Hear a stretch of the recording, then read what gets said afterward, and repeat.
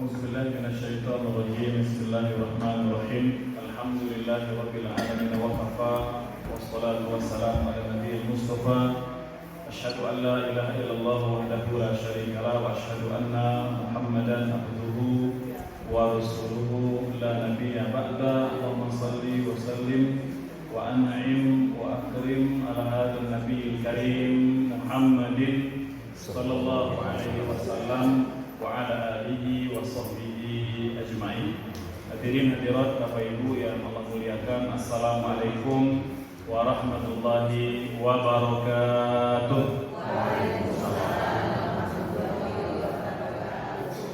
Darama Bapak Ibu, alhamdulillah kita mengucap syukur kepada Allah Subhanahu wa taala. Pagi ini masih diberi umur, masih diberi sehat ya untuk bersama-sama di tempat yang mulia ini dalam rangka thalabul ilmi dan dalam rangka mengoptimalkan ibadah di bulan Ramadan. Bapak Ibu yang Allah muliakan, katanya tak kenal maka ta'aruf katanya ya. Baru pertama bersilaturahim dengan Bapak Ibu jamaah Masjid Bumi Prima ya. Nama diberi orang tua Ardiansa Asri Husain. Ardiansa itu nama saya, Asri nama ayah, Husain nama kakek gitu ya. Jadi sudah sejak dari kartu keluarga sampai semuanya dokumen juga sudah dengan 3 suku kata gitu ya. Kalau kita kan biasanya 3 suku kata itu nama sendiri ya, belum ditambah nama orang tua. Oh ya? Tapi bukan adiknya gitu ya. Insyaallah masuk murid beliau juga. Bapak Ibu yang Allah muliakan, dari nama tentu kira-kira orang Sunda atau bukan? Betul ya, jadi asal dari Sumatera Bapak Ibu sekalian, dari desa atau kabupaten Indragiri Hilir gitu ya. Ada yang dari Hilir? Oh Riau ya? Oh Riau. Dari mana Teteh?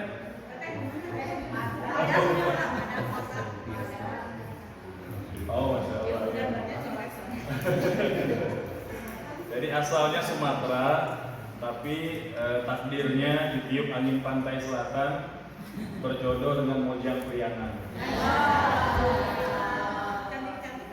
Iya, berjodoh dengan Mojang Priangan. Dulu waktu sama-sama nyantri di Al-Azhar Kairo, Mesir ya. Jadi saya di Fakultas Syariah, istri itu di Fakultas Usuluddin jurusan tafsir gitu. Nah, jadi sama-sama dari Al-Azhar, sebenarnya tidak saling kenal. Jadi kita kenalannya sebulan sebelum menikah, gitu ya. Dicoblangi oleh guru kita masing-masing gitu. Jadi guru saya, gurunya istri itu suami istri. Gitu ya, jadi mungkin saya sering curhat gitu ya, istri waktu itu juga sering curhat ke gurunya. Ya udahlah, mungkin ini nggak ada banyak masalah, dinikahin aja lah. Jadi menikah di Kairo, di Al-Azhar, Mesir. Alhamdulillah diberi karunia beberapa orang anak. Anak pertama sekarang sudah mau usia perkuliahan ya. Alhamdulillah. Jadi mungkin gimana? Ya, yang pertama perempuan lahir di Kairo, perempuan ya. Yang kedua hamil istri itu anak kedua di Kairo, brojol di Bandung. Jadi udah 9 bulan terpaksa pulang, walaupun drama juga di bandara karena sudah belendung 9 bulan gitu ya. Nggak boleh naik pesawat, tapi karena saya maksa, udahlah mungkin pihak bandara kasihan kali ya, jadi dibolehin pulang. Nah, begitu nyampe di Bandung, karena saya harus terbang ke Pekanbaru Riau, istri brojolnya di Bandung gitu ya, sama dengan ibu mertua. Kemudian itu laki-laki gitu ya, sekarang usia SMP, udah mau selesai mau ke SMA. Kemudian anak ketiga masih SD, itu lahir di Kuala Lumpur ketika melanjutkan pendidikan S2 dan bekerja juga di Kementerian Pendidikan Malaysia selama kurang lebih 8 tahun ya. Jadi 2008 sampai 2017 gitu kurang lebih. Ya pulang ke Bandung kalau lebaran sama liburan akhir tahun gitu ya, pulang ke Bandung. Anak ketiga, anak keempat lahir di Kuala Lumpur. Anak kelima lahir di Bandung. Lagi. Anak keenam, ketujuh belum tahu lahir di mana. Istrinya satu, alhamdulillah gitu ya. Ya, jadi karena tidak membatasi kelahiran gitu ya. Saya bilang ke istri yang minimal kalau main bola cukup dengan satu kesebelasan gitu ya. Tidak perlu tim lain gitu. Saat ini membantu Prof Miftah, Prof Miftah Farid di MUI Kota Bandung, kemudian juga di MUI Pusat sebagai Dewan Pengawas Syariah, ya, bidang operasi syariah, kemudian juga di Kementerian Agama. Gitu. Selebihnya mengajar masyarakat dari masjid ke masjid, gitu ya, mengamalkan ilmu. Kalau istri saat ini ngedosen di Unisba. Mungkin ada yang ibu di Unisba juga, atau punya putra atau cucu mungkin ya. Jadi di Unisba, di Fakultas Dakwah gitu ya. Jadi sebenarnya istri lama tidak kerja, jadi saya minta fokus di rumah aja dengan anak-anak, tapi katanya bosan gitu ya, mau nyoba mengajar gitu ya. Jadi cuma setelah 5 tahun katanya mau berhenti aja lagi gitu. Karena kasihan juga ya, karena lebih banyak tugas-tugas yang sifatnya manajerial daripada mengajar gitu ya. Ya begitulah. Kita itu kan kalau guru, dosen banyak waktunya lelah, capek, itu bukan mengajar Bapak Ibu ya. Jadi disibukkan dengan perkara-perkara yang manajerial gitu ya. Jadi saya kasihan istri itu kadang jam 2 pagi itu harus nyiapin bahan rapat gitu, bahan pertemuan gitu ya. Wah ini sudah mengambil waktu istirahat sendiri gitu ya. Nah, jadi kemarin ngasih tahu kan pengen pengen resign aja berhenti gitu ya. Enggak, bilang jadi memang tidak dipaksa untuk bekerja di luar. Saat ini tinggal di Dago, Tubagus, Ismail 8. Ada yang punya cucu mungkin yang kuliah yang sekolah di SD, SMP sama Al-Farisi. Ya itu. Nah, itu cacat pisan ya. Itu dari rumah cuma sekitar beberapa kilometer saja gitu ya. Itu mungkin sekedar perkenalan singkat gitu ya. Hari ini insya Allah semoga tidak menjadi pertemuan yang pertama dan terakhir ya, bersilaturahim dengan Bapak Ibu sekalian. Nah, tema kita itu adalah apa temanya Bapak Ibu? Ramadan dan ya, produktivitas amal. Mengapa Bapak Ibu sekalian? Karena kadangkala fenomena di tengah-tengah kita itu Ramadan itu selalu jadi alasan untuk mager atau mager Bapak Ibu, ya malas gerak gitu ya. Jadi pengennya di rumah aja ya, nunggu waktu berbuka, tiduran, rebahan sampai beduk maghrib atau azan maghrib gitu. Begitu aja pengennya gitu ya. Nah, kalau yang kerja kadang-kala beralasan saya hari ini tidak puasa karena kerja gitu ya. Sering saya mendapat itu terutama sopir angkot ya atau ojol itu kadang, Ustaz hari ini saya tidak puasa, kenapa? Karena hari ini saya tidak puasa karena narik atau kerja. Jadi selalu menjadi alasan untuk tidak produktif, untuk tidak bekerja, untuk males-malesan karena Ramadan atau karena puasa. Jadi Bapak Ibu dulu, Ibunda Aisyah istri Nabi itu pernah beliau lewat di depan Masjid Nabawi ya, di Madinah. Beliau melihat sekelompok pemuda baru keluar masjid. Ya, keluar mereka dari usia karena terlihat pada wajah, pada tubuh mereka masih muda, tapi jalannya lesu, lemah, tidak bersemangat, kepala tertunduk gitu ya. Beliau tanya, itu siapa pemuda-pemuda itu? Terus kata orang-orang, mereka ahli zuhud, ahli masjid itu maksudnya ya. Yasumunan nahar wa yaqumunan laila. Malam harinya tahajud, siang hari puasa. Jadi wajar mereka lemah.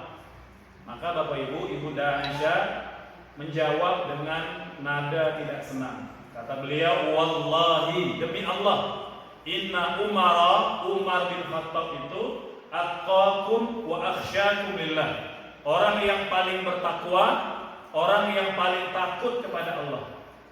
Beliau mengatakan itu karena memang sepeninggal Nabi, sepeninggal Abu Bakar, tidak ada orang yang lebih soleh dibanding Umar, Bapak Ibu. Umar yang membuat syaitan itu harus nyari rute lain kalau pas-pasan, betul nggak? Iya. Dan Umar pula, Bapak Ibu, yang dulu pernah nemani Nabi itu mendaki gunung. Gunungnya Gunung Uhud di Madinah, itu bergoncang Uhudnya. Saking takzimnya kepada Nabi dan kepada Umar. Ya, itu gunung tidak berhenti bergoncang sampai Nabi yang menenangkan. Kata Nabi, "Uskuti ya Uhud, tenanglah wahai Uhud. Fa inna 'alaika nabiyyun." Di atasmu ada seorang nabi. Wa siddiqun. Siapa Siddiq? Abu Bakar. Wa syahidan, dan dua orang yang telah bakal mati syahid. Siapa? Umar dan Utsman. Itu kan mati dibunuh, Bapak Ibu, oleh orang munafik. Jadi Nabi sudah meramalkan jauh sebelum Umar wafat. Jadi mendengar itu barulah Bukit Uhud yang besar itu, yang tinggi itu, Bapak Ibu, yang bergoncang itu baru tenang. Nah begitulah ya betapa mulia dan tingginya makomnya Umar. Jangankan syaitan dan manusia, makhluk yang tak bernyawa aja ta'zim kepada Umar. Bahkan Bapak Ibu, Ibunda Aisyah itu sepeninggal Nabi wafat, di mana dimakamkan Bapak Ibu? Di kamarnya, di kamar Ibunda Aisyah. Gitu ya, itu kan nempel dengan Masjid Nabawi. Bapak Ibu yang pernah umrah tahu ya, ke kawasan Raudhah itu kan makomnya Nabi itu. Ya, jadi dulu kan kamarnya Ibunda Aisyah nempel dengan Masjid Nabawi. Disitulah Nabi dimakamkan. Jadi Ibunda Aisyah itu membagi kamar dibagi dua pakai tirai. Jadi satu tempat tidur, di depannya itu makam. Kalau sekarang mungkin nggak ada yang berani gitu ya, tidur dekat kuburan dulu Bapak. Ya, Ibunda Aisyah biasa aja tidur itu di depan makam suaminya. Nah setelah Nabi wafat, beliau gali dua liang lahat di samping kubur Nabi. Satu untuk siapa Bapak Ibu? Satu untuk ayahnya nanti. Ini untuk ayahku. Satu lagi untuk siapa? Untuk dirinya. Karena beliau mau dimakamkan bersama dua orang yang dia cintai, ayahnya dan suaminya. Tapi ketika Umar wafat, dia tahu Umar sangat mencintai Nabi. Nabi juga sangat mencintai Umar. Maka demi agar Nabi ridho kepadanya, Ibunda Aisyah merelakan liang lahat itu untuk Umar. Bayangkan, ya. Jadi kalau kita sudah punya liang lahat, tapi kita kasih orang, berarti orang ini mulia di hadapan kita. Betul Bapak Ibu? Mulia sekali. Ya, artinya beliau merelakan liang lahat itu yang sudah disiapkan untuk dirinya itu demi Umar, Bapak Ibu. Ibunda Aisyah di mana dimakamkan? Di Baqi. Berapa jaraknya Bapak Ibu? 700 sampai 800 meter ke arah timur, jauh dari orang-orang yang dia cintai. Tapi karena memuliakan Umar, beliau rela liang lahat itu untuk Umar. Jadi wajar kata beliau, Umar itu paling bertakwa di antara kalian ketika beliau memarahi pemuda-pemuda yang katanya rajin ibadah tapi lesu karena alasan puasa. Umar itu paling bertakwa, paling soleh, dan beliau itu jabatannya waktu itu kepala negara. Kepala negara Bapak Ibu. Khalifah waktu itu satu jadi kepala negara, dua panglima angkatan bersenjata, yang ketiga menteri keuangan. Itu khalifah ketika itu. Jadi tiga jabatan penting ini termasuk jabatan hakim itu dipegang oleh khalifah yang memutuskan keputusan. Karena mereka bukan orang sembarangan. Ya bukan hakim pada hari ini yang bisa dibayar ya. Kalau dulu khalifah nggak bisa dibayar. Ya. Nabi aja mengatakan kata beliau, Fatimah saja putriku kalau mencuri, aku potong tangannya. Nggak ada membeda-bedakan. Jadi nggak ada istilahnya ordal gitu ya. Orang dalam tuh nggak ada. Kalau salah ya salah, gitu ya, diberikan eksekusi. Maka Bapak Ibu kata Ibunda Aisyah kepada para pemuda yang loyo itu, yang lemah, alasan malamnya tahajud, siangnya puasa, Umar itu jangan tanya puasanya, jangan tanya tahajudnya. Tapi Umar meskipun dengan segenap kesibukan itu, iza masya asra, wa idza takallama asma, wa idza daraba auja. Itu kalau terjemahannya Bapak Ibu, kalau jalannya tegap, kepalanya tidak tertunduk, bertenaga kalau jalan. Jadi nggak kayak orang nggak makan berhari-hari, tegap jalannya. Padahal mungkin dia puasa hari itu umat. Dan kalau berbicara lantang suaranya, jelas, nggak seperti orang yang sakit gigi gitu, enggak. Ya? Jadi jelas ucapannya. Dan kalau bertemu musuh, umat itu kalau memukul mematikan. Maka kata Ibu Aisyah, nggak boleh kita menjadikan alasan ibadah itu tidak produktif atau tidak bersemangat, Bapak Ibu. Ya, hari ini puasa berapa Bapak Ibu? Berapa? 20? Baru 14 ya. Jadi masih jauh lebaran Bapak Ibu ya. Jadi jangan sibuk dulu lebaran. Waktu-waktu ini sangat berharga, sangat bernilai. Detik-detiknya itu nggak bisa kita nilai dengan apapun di dunia ini. Oleh sebab itu, maka Ramadan itu harus kita optimalkan. Karena Allah mengobral pahala puasa itu murah sekali pada bulan Ramadan, Bapak Ibu. Ya, kata Nabi, pahala ibadah sunnah di bulan Ramadan itu sama nilainya dengan ibadah yang fardu. Bapak Ibu, mana yang lebih besar pahala ibadah fardu atau sunnah? Fardu lebih besar pahalanya. Tapi khusus di bulan Ramadan, ibadah yang sunnah itu pahalanya sama dengan ibadah yang fardu. Lalu bagaimana yang fardu?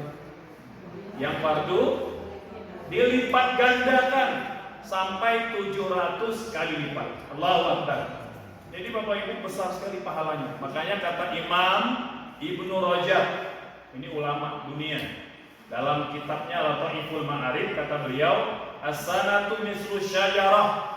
Tahun-tahun yang ada 12 yang Allah ciptakan itu umpama sebatang pohon, katanya. Umpama sebatang pohon. Ada 3 pohon yang istimewa sekali, atau ada 3 bagian pohon yang sangat istimewa. Yang pertama bulan Rajab. Bulan Rajab itu ayyam tawriqiha. Bulan Rajab kata beliau bulan kita menebar benih atau bibit. Itu bulan Rajab. Bulan Sya'ban benihnya tumbuh menjadi akar, menjadi batang pohon, menumbuhkan ranting dan dahan. Bulan Ramadan itu bulan memanen buahnya. Jadi Ramadan itu panen raya, Bapak Ibu, panen amal soleh. Maka tidak ada alasan kita untuk lemah lesu, gitu ya. Apalagi yang membeda-bedakan. Ustaz, bulan Ramadan saya sibuk di warung. Ustaz, bulan Ramadan saya sibuk di dapur, tidak bisa ibadah. Siapa bilang di dapur tidak bisa ibadah, Bapak Ibu sekalian? Siapa bilang masak, menyiapkan buka puasa, menyiapkan makan sahur bukan ibadah? Siapa yang mengatakan jaga warung bukan ibadah? Itu semua ibadah, Bapak Ibu sekalian. Makanya kan kata Nabi, tidurnya orang puasa, masa ia nunggu warung gak ibadah?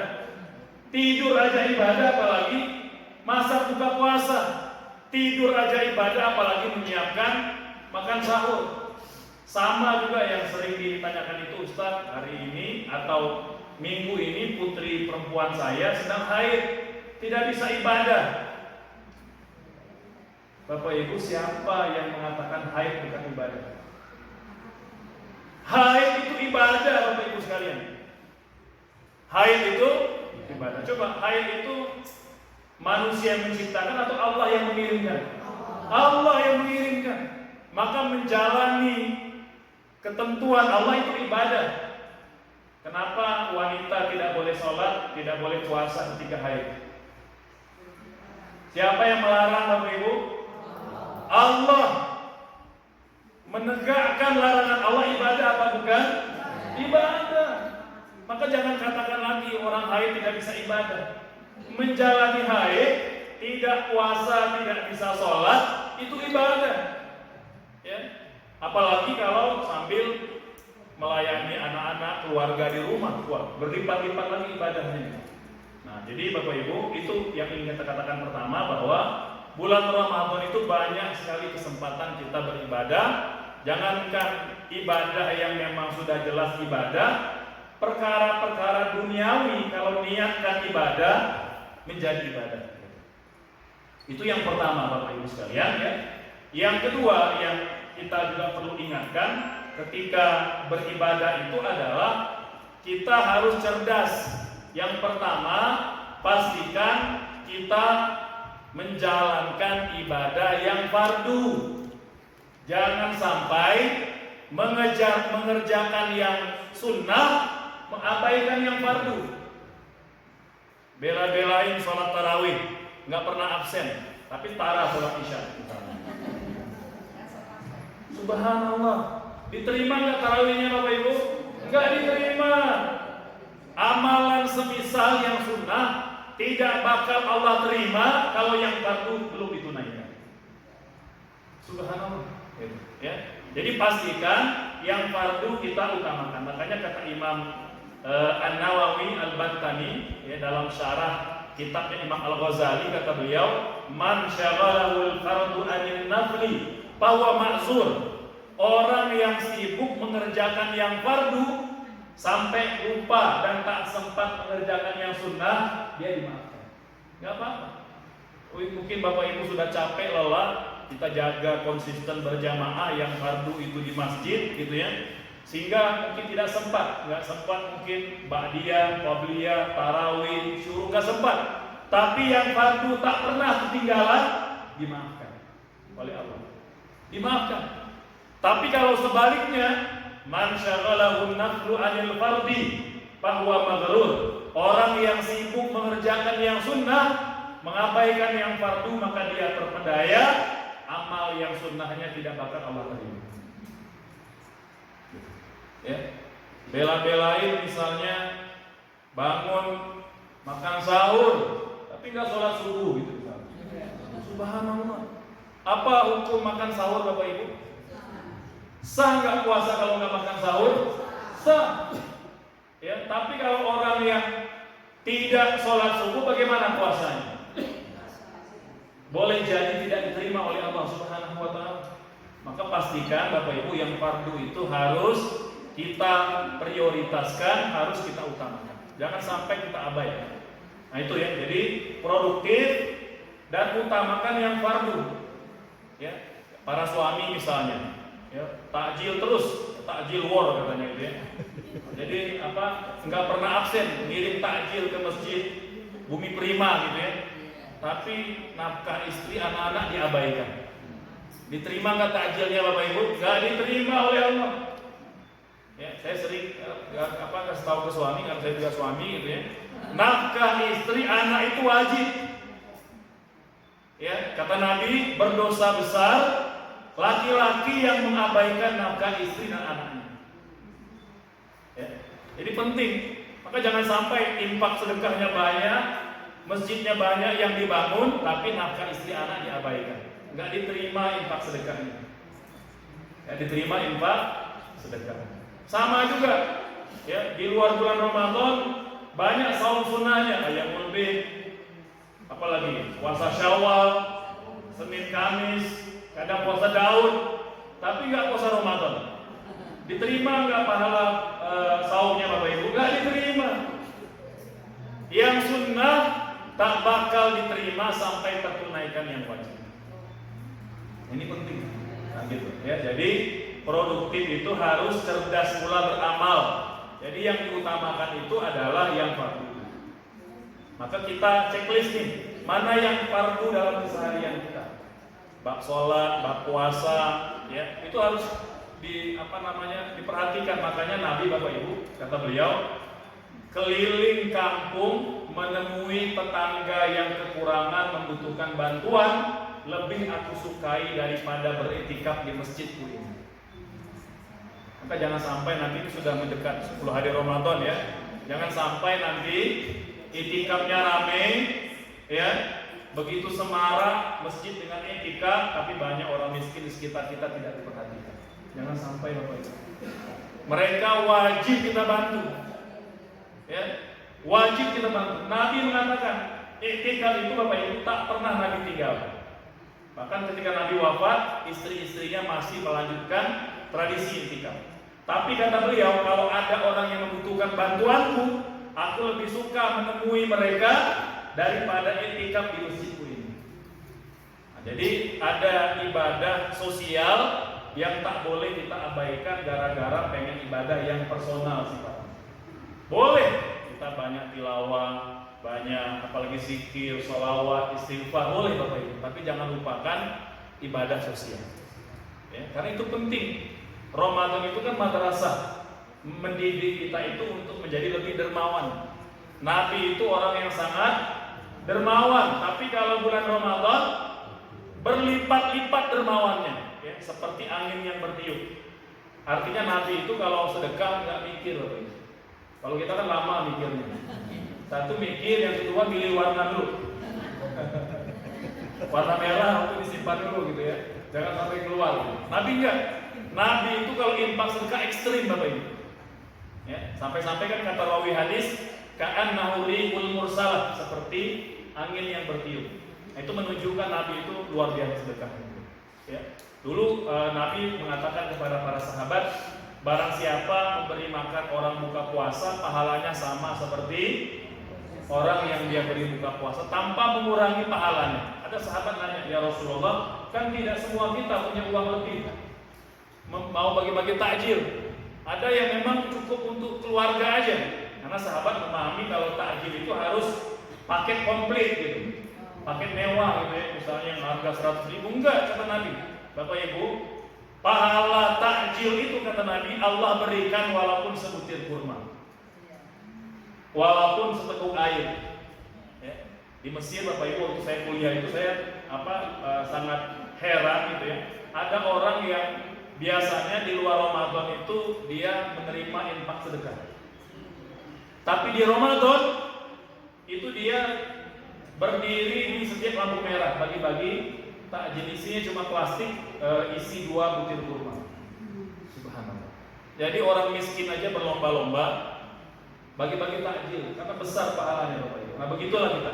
Jadi nggak ada alasan, ya. Apalagi kalau masjid punya program itu gitu ya. Kita nggak bisa banyak, kasih semampunya. Mungkin 100.000, mungkin lebih gitu ya, bergantung kemampuan kita. Akan jadi kurma, akan jadi bala-bala gitu ya. Akan jadi air gitu kan, kurma sunnah ya. Ya bala-bala wajib gitu ya. Orang Sunda gitu. Subhanallah.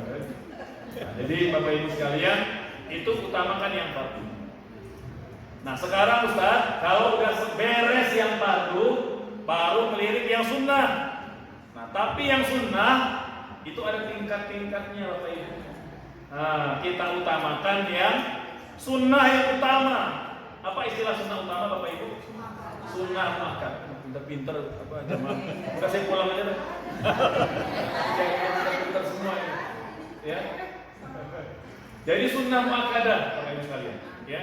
Sunnah muakkadah itu sunnahnya sampai-sampai Nabi tak pernah meninggalkan. Itu sunnah muakkadah. Sunnah ditinggalkan tak berdosa, tapi Nabi tak pernah meninggalkan. Contoh Bapak Ibu, dalam bab sholat sunnah mana yang kategori sunnah muakkadah? Rawatib muakkadah. Yang berapa rakaat Bapak Ibu? 12. Coba sebutin. 12 subuh berapa? 2. Terus 12 zuhur 4. Berarti 6. Terus ba'da zuhur 2. Terus ba'da maghrib 2. Terus ba'da isya. Pinter. Ini ngajar itik berenang ini. Ya, itik yang udah bisa berenang ya. Insyaallah semoga semakin memantapkan ya. Nah itu yang sunnah muakkadah, ada 12. Apalagi yang selain itu yang sunnah muakkadah? Tahajud, sunnah muakkadah. Apa itu tahajud Bapak Ibu? Sholat sunnah malam hari ba'da isya setelah jeda tidur. Boleh nggak tahajud sebelum isya? Boleh nggak tahajud sebelum isya? Harus ba'da isya dulu. Boleh nggak tahajud sebelum tidur? Boleh, bukan tahajud namanya. Kalau tahajud harus tidur dulu. Gitu, ya. Nah, itu yang muakkadah. Apalagi yang muakkadah? Witir muakkadah, witir muakkadah. Ya. Apalagi yang muakkadah? Nah, itu kalau bab sholat itu muakkadah. Kalau tarawih muakkadah atau tidak, Bapak Ibu? Cara bedain muakkad dengan tidak muakkad itu, selain kata Ustadz gitu ya, adalah apakah Nabi pernah meninggalkan atau tidak. Kalau Nabi tak pernah meninggalkan walaupun sunnah, itu dia sunnah muakkad. Tarawih apakah pernah Nabi tinggalkan? Pernah Nabi tinggalkan. Berarti muakkad atau bukan? Maka jangan sampai bela-belain tarawih tidak sholat ba'diyah isya. Bapak Ibu, berapa sih tarawihnya Bapak?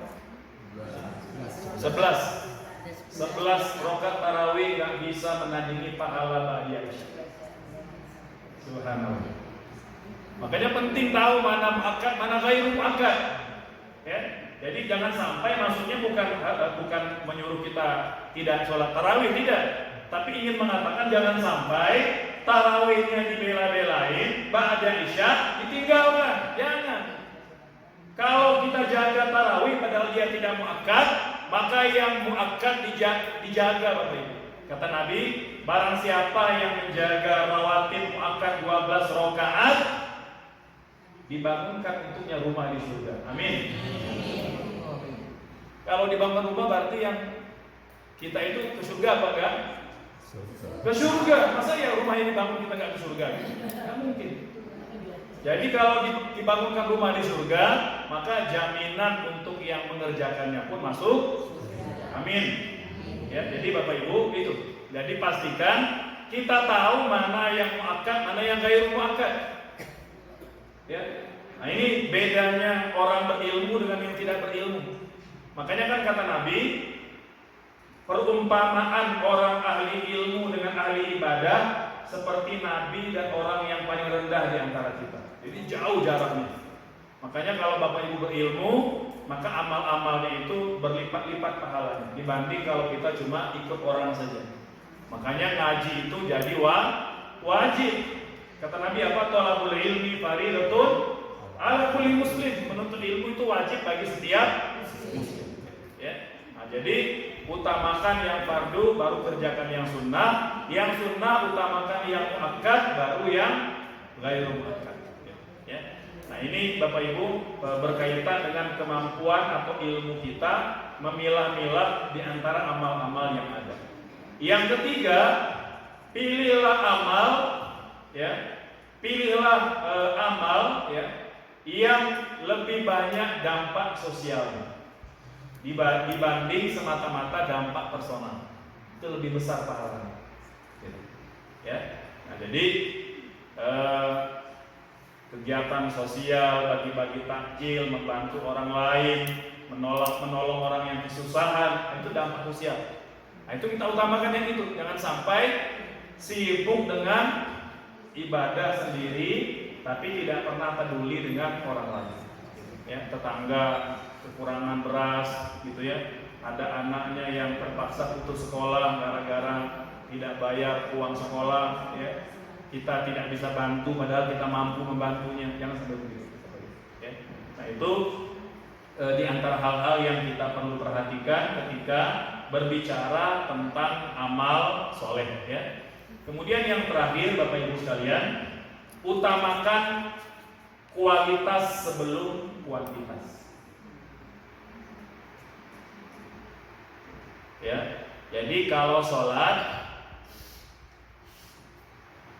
20 rakaat tapi cuma 3 menit, ya, itu pahalanya boleh jadi nggak dapat, bahkan nggak menandingi sholat tarawih yang cuma 2 rakaat tapi khusyuk, tumanina, tenang sholatnya, berjamaah di masjid, begitu. Ya. Nah, jadi pastikan bahwa amal-amal kita itu yang utamanya kualitas, bukan kuantitas. Ustaz, banyakin khatam tilawah atau banyakin belajar ilmu tajwidnya. Itu yang utama. Kalau bisa dua-duanya lebih baik. Gitu, ya. Belajar tajwidnya iya, belajar makrotnya iya, khatamnya juga iya. Ada yang sudah khatam putaran kedua hari ini? Ada? Insya Allah ya. Atau ada yang sudah putaran ketiga mungkin? Masya Allah. Bapak Ibu, kata Imam Robi bin Sulaiman, muridnya Imam Syafi'i, kata beliau, guru kami setiap hari khatam Qur'annya 2 putaran. Setiap hari. Ya kan beliau ulama gitu ya, jadi ibadah, fardu gitu ya. Tapi ingin mengatakan kita bahwa Imam Syafi'i khatamnya sehari 2 kali. Malamnya sekali, siangnya sekali. Dan itu sampai 30 hari. Ada di antara Bapak Ibu yang pernah khatam sehari aja sekali ada? Dulu Bapak Ibu kami santri penghafal Quran itu diperintahkan kiai kami ya, Ustaz Abdul Aziz Abdul Rauf. Beliau memerintahkan kami untuk khatam. Jadi kita ada pelatihan menghafal Quran. Beliau perintahkan kami untuk khatam sehari. Ya, jadi mulai maghrib, besok maghrib harus laporan. Ya, ada beberapa 100 santri yang ikut. Besok maghrib laporan. Dari sekian ratus santri, cuma 30 orang yang bisa khatam satu kali. Dan saya alhamdulillah satu di antaranya. Tapi bukan mau cerita bisa khatamnya Bapak Ibu. Saya demam 3 hari 3 malam setelah itu. Padahal cuma sekali khatamnya. Imam Syafi'i berapa kali khatam sehari? 2 kali. Dan bukan cuma sehari. Berapa hari Bapak Ibu? 30 hari. Dan berlangsung sejak beliau usia 15 tahun sampai beliau wafat. Itu kebiasaan beliau. Itu ulama Bapak Ibu. Ya. Ada yang mau mengalahkan rekor Imam Syafi'i? Kalau ada, saya mau cerita. Kalau ada yang berniat, dari dulu ada ulama di masa Imam Syafi'i mau mengalahkan rekor beliau. Jadi bukan iri, tapi pengen beramal lebih dibanding Imam Syafi'i, gitu ya.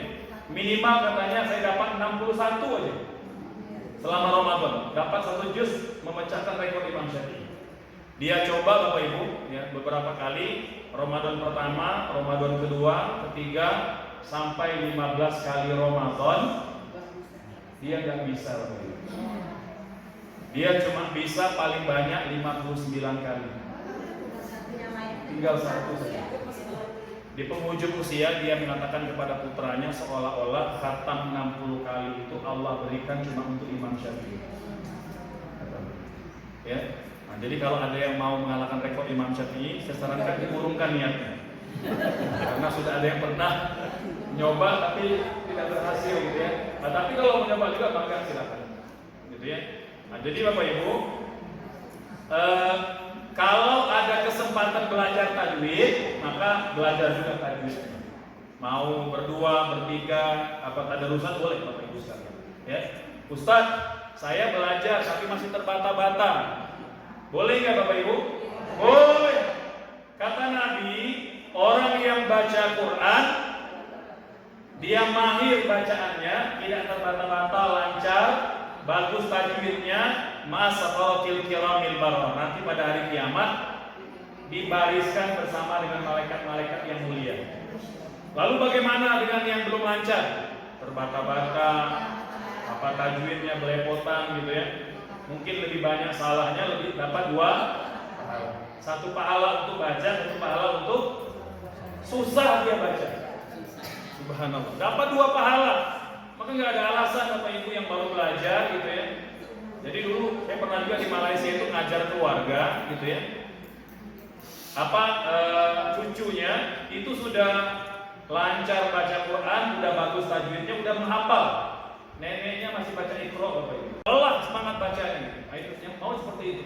Jadi nggak ada alasan kita malu untuk belajar walaupun di usia yang sudah tidak lagi muda. Ya, tetap belajar. Ya. Nah, itu bagi yang tidak lancar gitu ya. Jadi kalau bisa kita disambi dengan belajar agar bacaan kita berkualitas, tidak semata-mata ngejar kuantitasnya aja. Ya. Nah, ini juga saya pesan Bapak Ibu kalau tadarusan gitu ya. Kalau ada sahabat kita yang belum lancar, bacanya nggak apa-apa. Dan jangan diomelin. Jangan disalahin semua. Ya, ini enggak semua dikomentarin. Irfanya, idghamnya, iqlabnya. Itu dia nanti datang cuma sekali aja. Males lah. Mau datang sekali udah diomelin, udah dikritik. Jadi Bapak Ibu, nggak apa-apa. Jadi kalau bisa, kalau ada Bapak Ibu yang tadarusan gitu ya, tahu ada di antara peserta yang tadarus itu yang belum lancar tajwidnya, udah fokus tajwid itu bertahap aja. Misalnya fokusnya itu mat tabi'i aja gitu. Ya, apa itu mat tabi'i Bapak Ibu? Ya, ini bukan jenis makanan ya. Hukum tajwid artinya huruf atau bacaan Quran yang dibaca panjang 2 harokat gitu ya. Nah itu aja. Udah fokusnya bacaan mat tabi'i maksimal 2 harokat. Abaikan dia salah idghamnya, iqlabnya, enggak apa-apa. Yang penting 30 hari fokus mat tabi'i aja. Nah, nanti kalau yang ada mau ada kelompok yang lain yang mahir, yang advance, nggak boleh sendiri. Nah, tapi kalau yang rame-rame yang banyak yang belum lancar, udah pelan-pelan. Jadi biar cepat dampaknya, Bapak Ibu. Ya, pengalaman saya ya, dari banyak kelompok tadarusan itu kalau kita bertahap gitu tuh lebih cepat bagus bacaan. Jadi fokus aja dulu untuk mat tabi'i. Nggak apa-apa, 30 hari tadarus untuk mat tabi'i nggak apa-apa. Nggak apa-apa. Nah, ini supaya supaya yang belum lancar itu bisa semangat. Karunya jadi baru belajar itu udah diomelin, dia kapok, udah pundung, udah nggak mau datang lagi gitu. Ya. Nah itu, jadi Bapak Ibu utamakan kualitas sebelum kuantitas. Ustadz, kita belajar tafsir, paham artinya, atau perbanyak tilawahnya. Kalau Bapak Ibu bisa seimbang kedua-duanya, lakukan itu yang lebih baik. Nggak apa-apa kalau nggak banyak khatam, tapi ada banyak belajar isinya, bagus. Ya. Nah, tapi kalau Bapak Ibu yang tidak punya kesempatan belajar, mungkin misalnya gurunya nggak ada, gitu ya, ustaz atau ustaz nggak ada, nah boleh fokusnya tilawah. Kalau memang tidak ada kesempatan untuk belajar, ya. Nah itu Bapak Ibu sekalian. Nah, termasuk juga dengan sholat tarawih, ya. Mau 8, mau 20 nggak ada masalah. Yang paling penting itu kualitasnya. Ya, Bapak Ibu boleh nggak sholat tarawih 2 rakaat? Saya nanya kemarin itu di Bandung, saya nanya, Bapak Ibu boleh nggak sholat tarawih 2 rakaat? Nggak boleh Ustaz, nggak sah. Sholat tarawih harus 8 minimal. Alhamdulillah yang di sini nggak, gitu ya. Nah, jadi boleh 2 rakaat. Ya, jadi kenapa kita perlu bertengkar antara 8 dengan 20 Bapak Ibu? Di Madinah Bapak Ibu, di Madinah nih, di kotanya Nabi, berapa rakaat sholat tarawihnya? 36 Bapak Ibu. 36 rakaat. Nah, jadi kalau yang suka bertengkar 8 dengan 20 suruh ke Madinah aja. Biar dia lihat gitu. Jadi nggak ada masalah Bapak Ibu. Ya, kata Imam Syaukani, rakaatnya mau 8, mau 20, mau 36 tidak dibatasi. Nah, misalnya masjid masjid Bud Prima pengen Madinah 36 kita 40, boleh nggak? Boleh nggak? Boleh, boleh. Yang penting berkualitas. Nah, gitu. Tapi kalau yang cuma 3 menit itu jangan. Ya, tahu kalau tarawih 3 menit itu? Itu nggak diterima oleh Allah, nggak tumakninah. Alasannya pesantren dari kiai, itu bohong itu. Saya sebagai santri dari kecil itu sudah di pesantren, nggak pernah kiai mengajarkan sholat cepat, itu nggak pernah. Nah itu hanya buatan aja, itu ngarang itu. Ya, nggak boleh Bapak Ibu. Sholat itu wajib tumakninah, wajib tumakninah. Ya, jadi mending sholatnya sedikit tapi berkualitas, tenang. Ya, mau Sama juga, mau ayatnya panjang, pendek nggak ada masalah. Yang penting kalau pendek berkualitas, ya. Pelan, tidak terburu-buru bacanya, daripada bacanya 1 juz, tapi terburu-buru gitu. Ya. Saya juga pernah lihat itu ada yang jadi imam kan, Ustaz, kami di sini sholat tarawih 1 juz, oh bagus. Ketika saya ikuti itu bacanya masya Allah, ya, karena ternyata dia tidak hafal, jadi cuma baca mushaf gitu ya. Dan bacanya terlalu cepat, nggak pakai tajwid bacaan lagi. Siapa yang mengajarkan itu, Bapak Ibu sekalian? Nggak pernah itu diajarkan.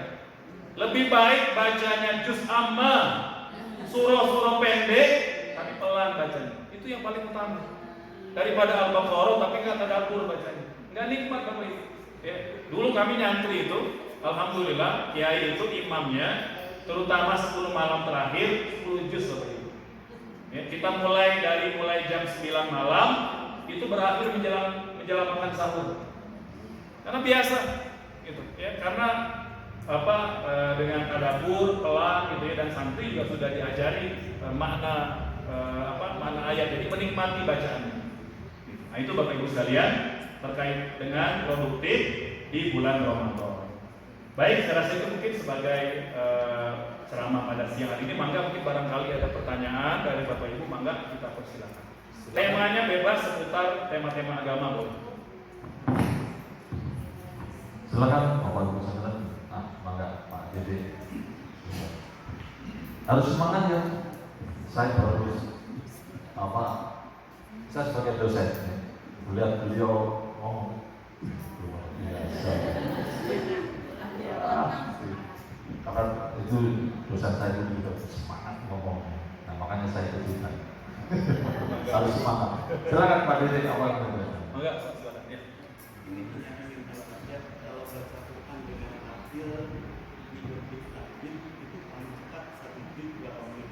Baik.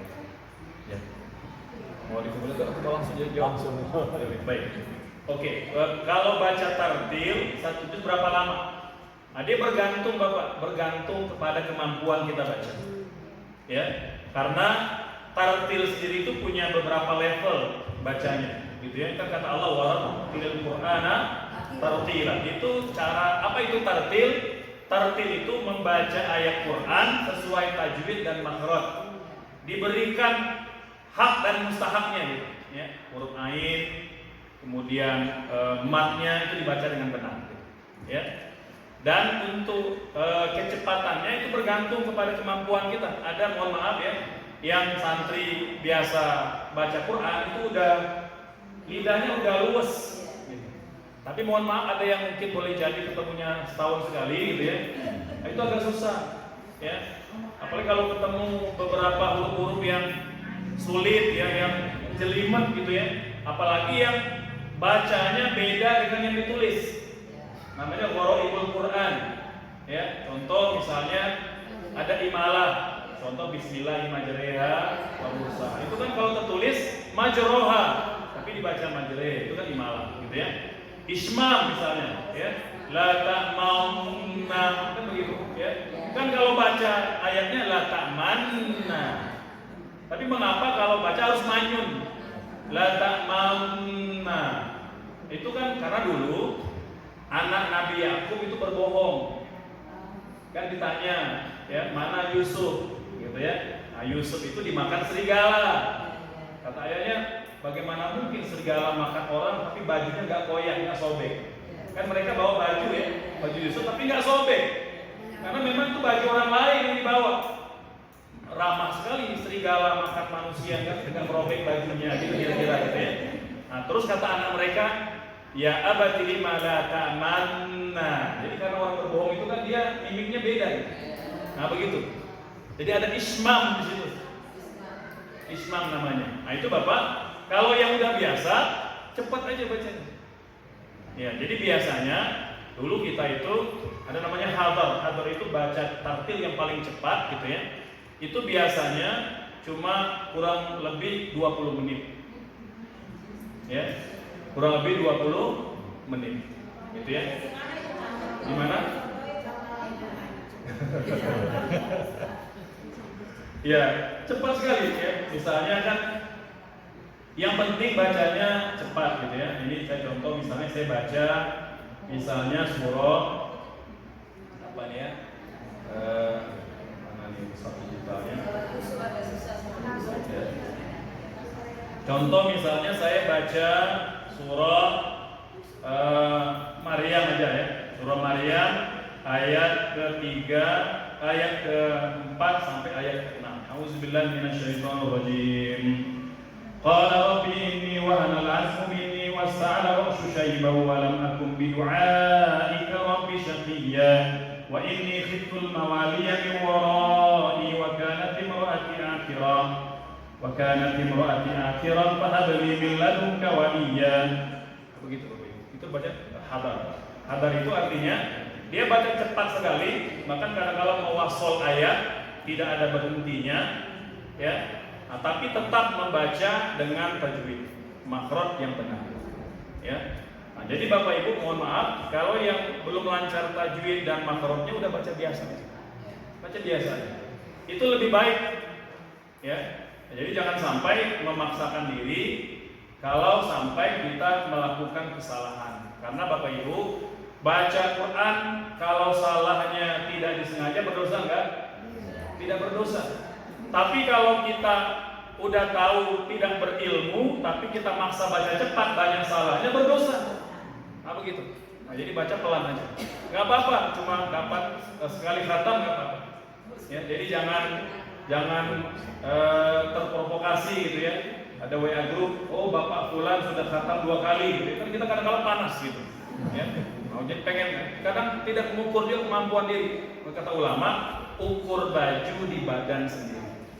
Jadi bacalah Quran itu sesuai dengan kemampuan gitu ya. Dulu saya punya sahabat ketika dulu hafal Quran Bapak Ibu, itu dia kalau baca Quran kayak orang kerasukan. Ya, itu memang jadi memang cepat sekali. Tapi memang saya tahu dia itu di antara yang paling bagus tajwid di antara kita.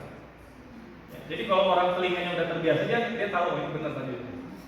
Jadi telinga itu udah kayak sinyal gitu ya, udah bisa menangkap gitu. Ya, tapi kalau ada kesalahan itu tajam. Nah, ini ada yang salah bacaannya gitu. Ya, mungkin tidak gunanya tidak cukup, ya, atau wajib tidak dibaca dan lain-lain. Begitu Pak. Ya semoga jelas. Jadi paling cepat kalau mampu baca 20 menit. Karena tadi bahwa strategi bisa 2 kali dalam satu hari. Itu saya bilang berapa cepat caranya. Kemudian ada kesempatan dia untuk sholat, untuk sujud gitu, kan ada waktu juga gitu. Walaupun 20 menit atau 15 menit, 15 menit itu 8 jam. Kalau 2 kali itu berarti ada 16 jam. Dia ada waktu sholatnya. Ya, bagaimana tidur? Ya, bagaimana tidurnya gitu ya? Bagaimana tidurnya, bagaimana makannya gitu ya? Bapak Ibu, Imam Syafi'i itu di antara ulama yang paling menjaga wudhunya. Beliau sedikit makan, Imam Syafi'i itu kurus Bapak Ibu, kurus sekali. Jadi memang beliau mensedikitkan makan. Dia biasanya wudhunya baru batal seminggu sekali.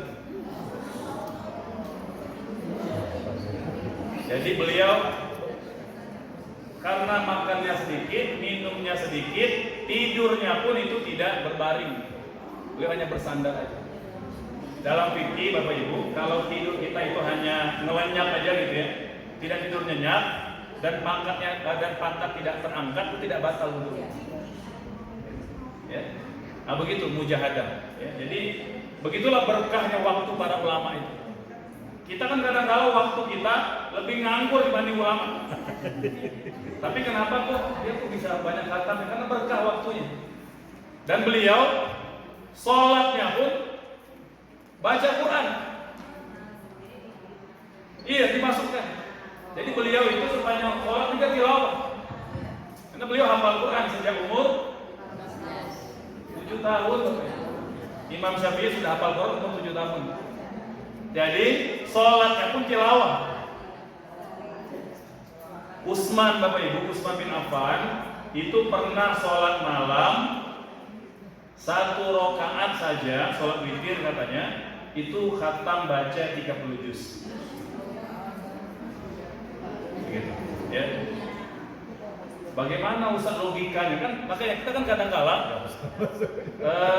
memang kan suka melihat pada aspek kemampuan kita sendiri. Nah, itu memang tidak bisa diukur, gitu ya. Ustaz, nah ini kan ada yang juga. Ustaz kan ada hadis Nabi mengatakan tidak boleh khatam Quran kurang dari 3 hari. Pernah nggak dengar hadis itu? Tidak boleh baca Quran lebih cepat dari, tidak boleh khatam kurang dari 3 hari. Jadi paling cepat 3 hari. Tapi kok Utsman bisa khatam? Nah, Imam Syafi'i khatam 2 kali sehari. Mengapa dibolehkan? Jadi kalau hari-hari biasa nggak boleh. Khusus untuk Ramadan itu dikecualikan. Nah, itu kata Imam Nawawi ya. Jadi di luar Ramadan nggak boleh Bapak Ibu. Di luar Ramadan maksimal khatam itu 3 hari sekali.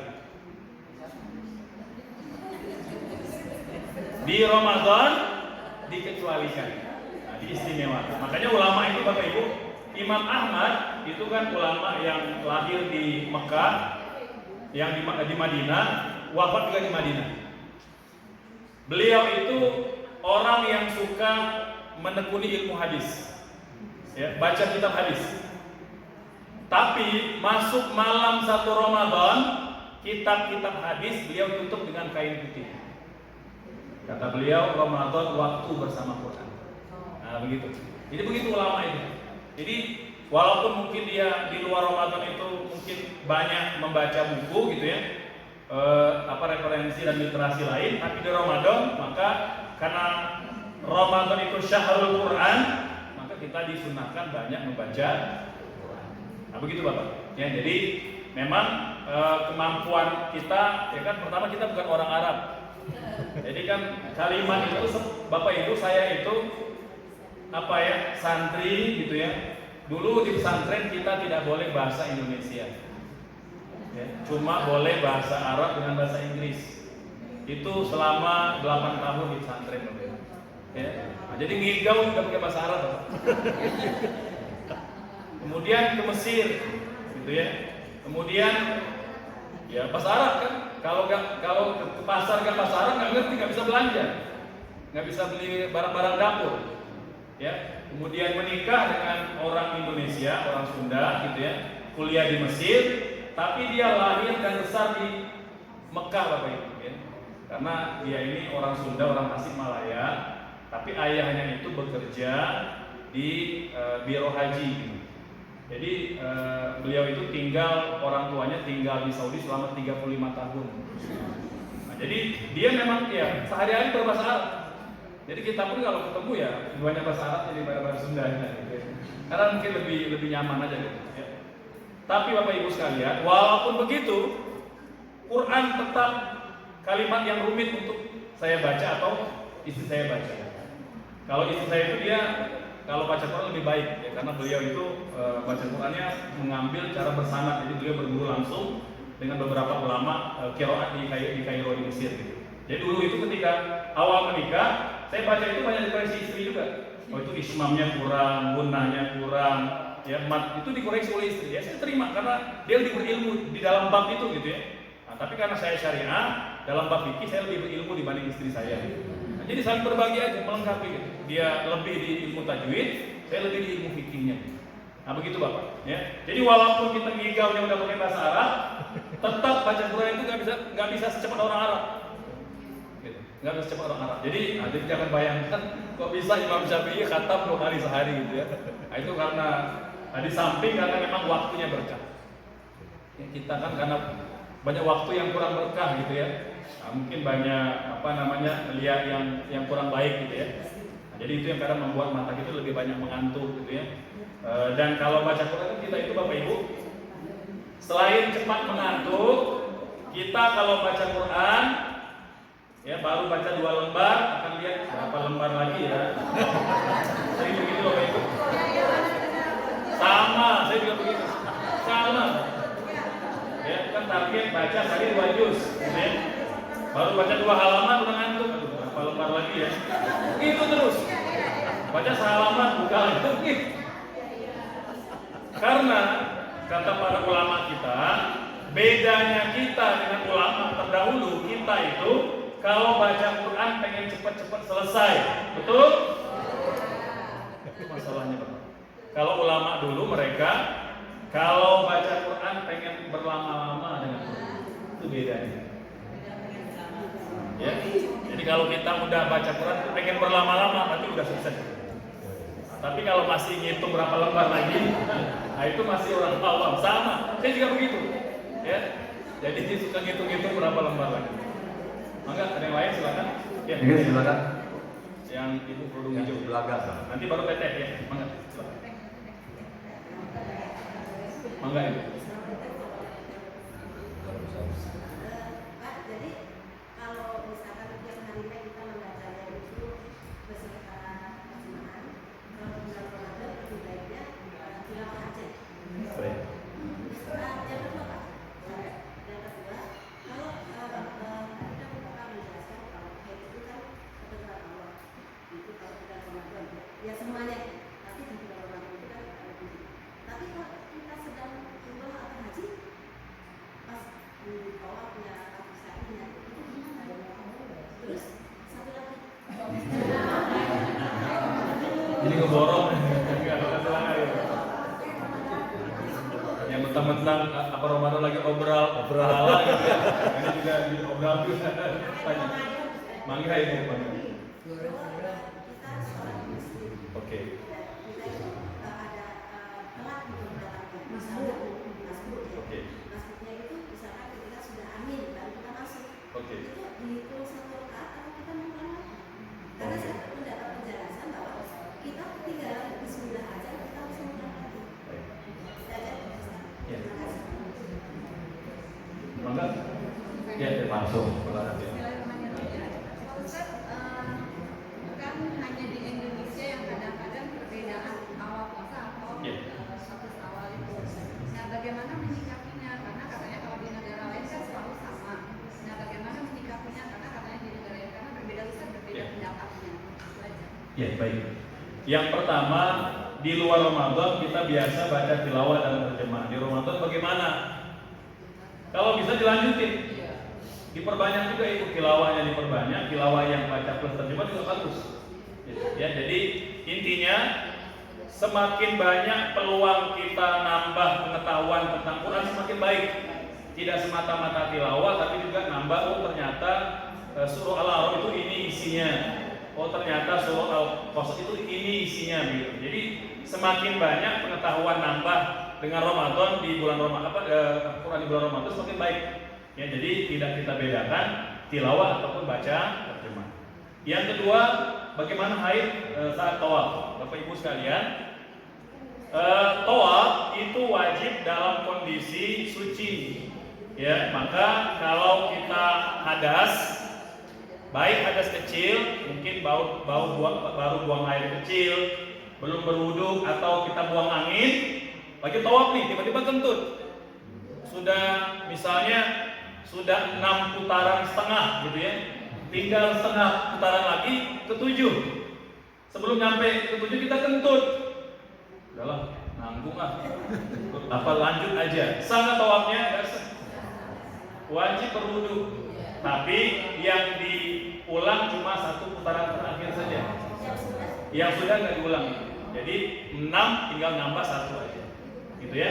Sama tadi yang haid ya, berangkat sama suami semangat, tapi mungkin tidak menghitung waktu haid.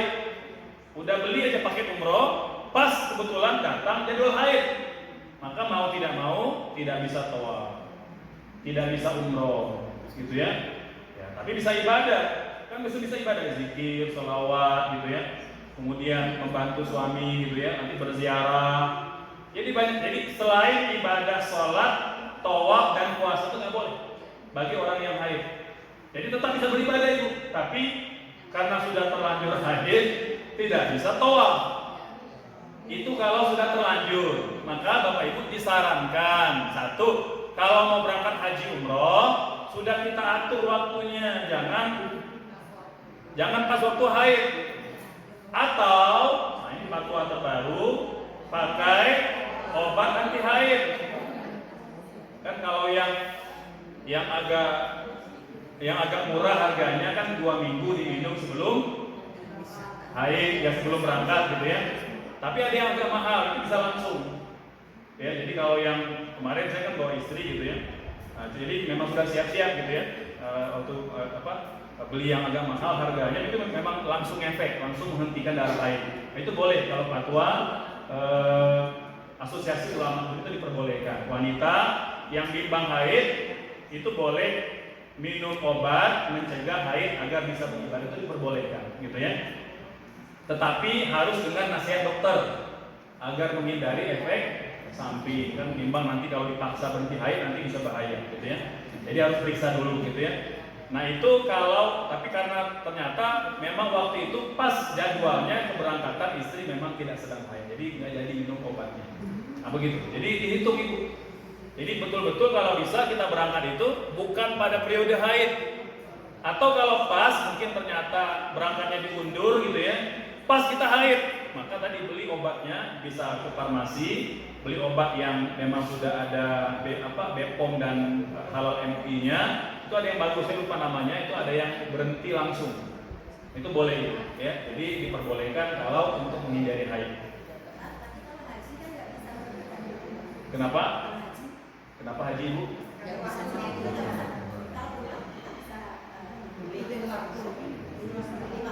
Ya.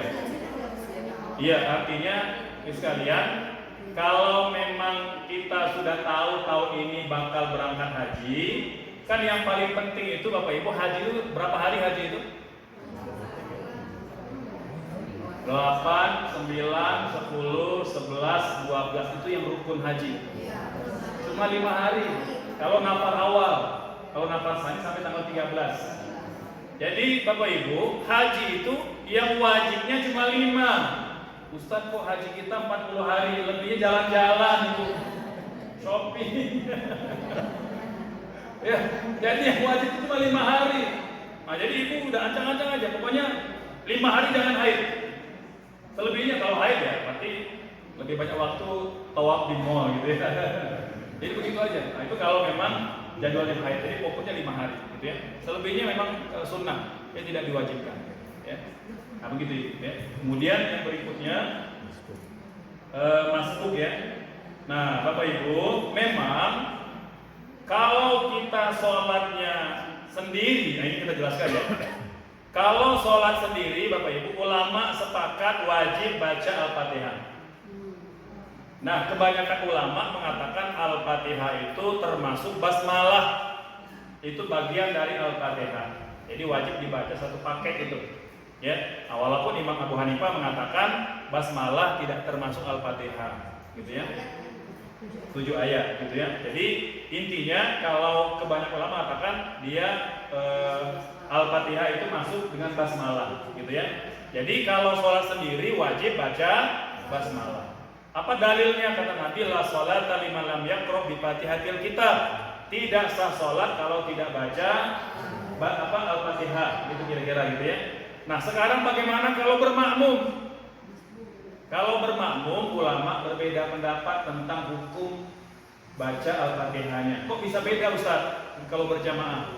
Karena kata Allah dalam Al-Quran, wa idza quri'al Qur'an fastami'u lahu wa ansitu la'allakum turhamun. Kalau Quran dibacakan, dengarkan, jangan berbicara agar kalian mendapat rahmat. Kan imam sedang baca.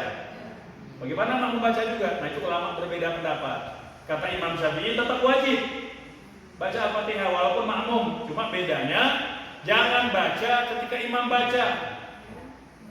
Tunggu imam selesai. Jadi bisa waladhdallin amin, kita baru baca Al-Fatihah.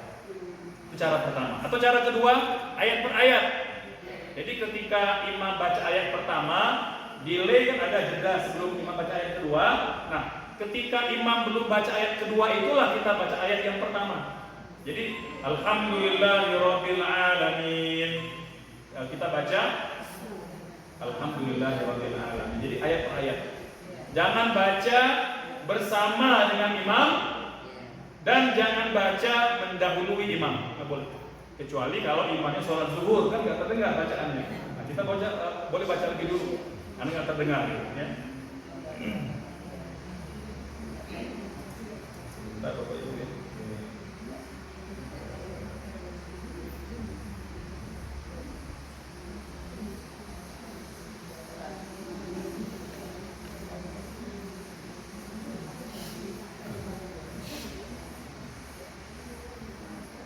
Ya, jadi itu kata Imam Syafi'i, gitu ya. Nah, kalau kata Imam Ahmad, kata beliau, baca Al-Fatihah ketika imam tidak terdengar bacaannya. Berarti zuhur, asar, 2 rakaat terakhir isya, ya, 1 rakaat terakhir maghrib. Itu kan imam kan nggak terdengar bacaannya. Nah, kita baca Al-Fatihah. Tapi bagian yang imam baca keras, kita menyimak bacaan imam. Jadi ulama berbeda pendapat. Nah, begitu. Ya, nah sekarang Ustaz, anggaplah ibu pilih pendapat Imam Syafi'i yang mewajibkan baca Al-Fatihah, gitu ya. Nah sekarang bagaimana kalau kita masbuk? Nah Bapak Ibu, Imam Syafi'i mengatakan kalau kita tidak masbuk wajib baca Al-Fatihah. Ya, baik munfarid atau sholatnya berjamaah wajib baca Al-Fatihah. Tapi kalau kita masbuk, contoh imam ternyata sudah ruku misalnya, atau sudah baca amin lagi baca surah, gitu ya, maka kalau tak sempat baca Al-Fatihah, Al-Fatihahnya gugur. Artinya dimaafkan tidak baca Al-Fatihah bagi yang masbuk. Mengapa? Karena ada hadis Nabi, kata Rasul, man adraka ruku al-imam faqad adraka rakaah. Siapa yang dapat ruku bersama imam tumanina walaupun dia tak sempat baca Al-Fatihah. Contoh, Bapak Ibu mau ke masjid, oh ternyata imam sudah sholat, lagi ruku, kita belum mulai sholat. Akhirnya kita masuk dan datang, wajib niat, ya wajib niat. Terus apa lagi yang wajib?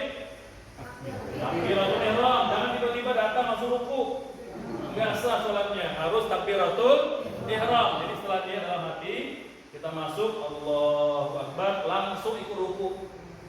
Nah, bagaimana Al-Fatihah yang belum sempat dibaca?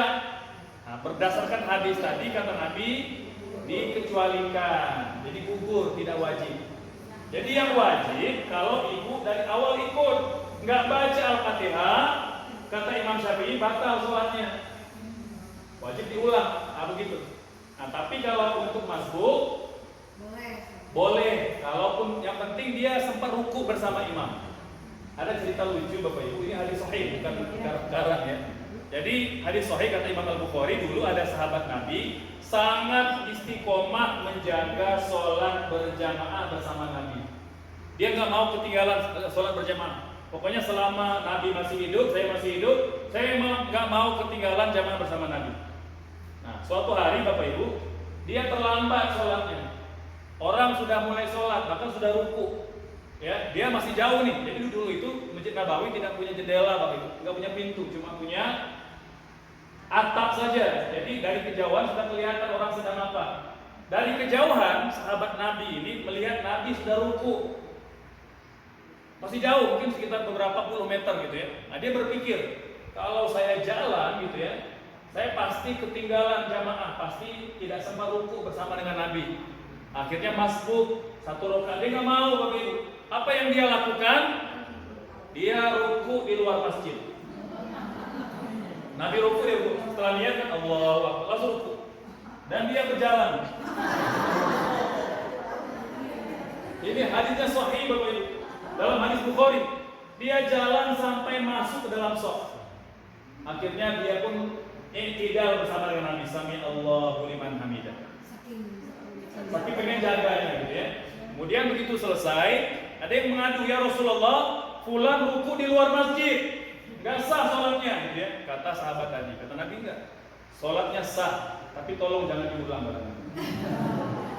Ini dalil bahwa gitu ya. Jadi Bapak Ibu, kalau dia ruku yang tak sempat baca Al-Fatihah, kalau tidak dianggap rokaat, pasti Nabi nyuruh dia nambah 1 rokaat. Tapi ternyata Nabi tidak nyuruh nambah rokaat. Maka ulama menyimpulkan kalau dapat ruku, dapat rokaat. Nah, itu patokannya Bapak Ibu. Nah, begitu ya. Jadi patokannya dapat ruku tumanina bersama imam. Tapi kalau kita baru mau ruku, imam sudah iktidal, dapat enggak? Tertinggal satu rakaat. Nah, gitu. Jadi patokannya ruku, ya.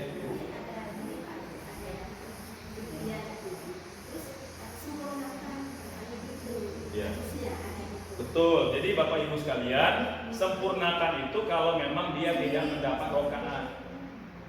Itu kan kata Nabi, kalau kalian datang ke masjid, gitu ya, jangan berlari, alaikum bisakinati wal waqar, kata Nabi. Jalanlah dengan tenang, berwibawa, jangan lari-lari. Jadi nggak boleh Bapak Ibu, walaupun imam sudah ruku. Jadi nggak boleh kita karena pengen nggak mau masbuk, gitu kan kita kejar ya. Jangan, kata Nabi. Jadi biar kita, pokoknya kata Nabi, jalannya masuk, apa yang kita dapat itu apa yang kita temukan kita dapat, apa yang terlewat kita sempurnakan, gitu kira-kira. Jadi kalau dia tidak dapat ruku, baru sempurnakan satu rakaat. Ya, jadi punten Bapak Ibu sekalian, hadis Nabi ini ya itu harus dipelajari dengan guru yang berilmu. Ya, guru yang juga berguru, mohon maaf ya, karena hari ini banyak orang yang gurunya cuma tumpukan buku saja, dia tidak berguru, sehingga kadang-kala pemahamannya keliru Bapak Ibu. Kan yang viral kemarin, ingat ada seorang dai yang menafsirkan surah Al-Qari'ah, tahu kan? Ya, kan dia kan mengatakan Al-Qari'ah itu adalah pembaca perempuan.